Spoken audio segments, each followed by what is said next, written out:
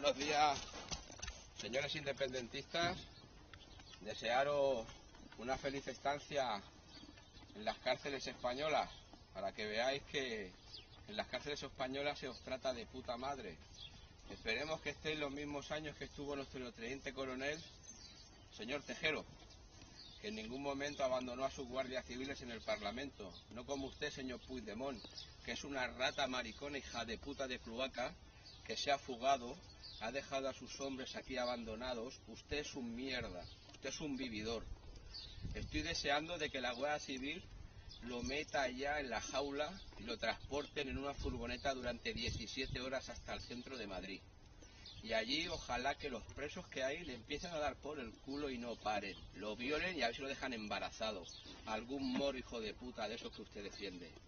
Buenos días, españoles. Viva España y viva Franco.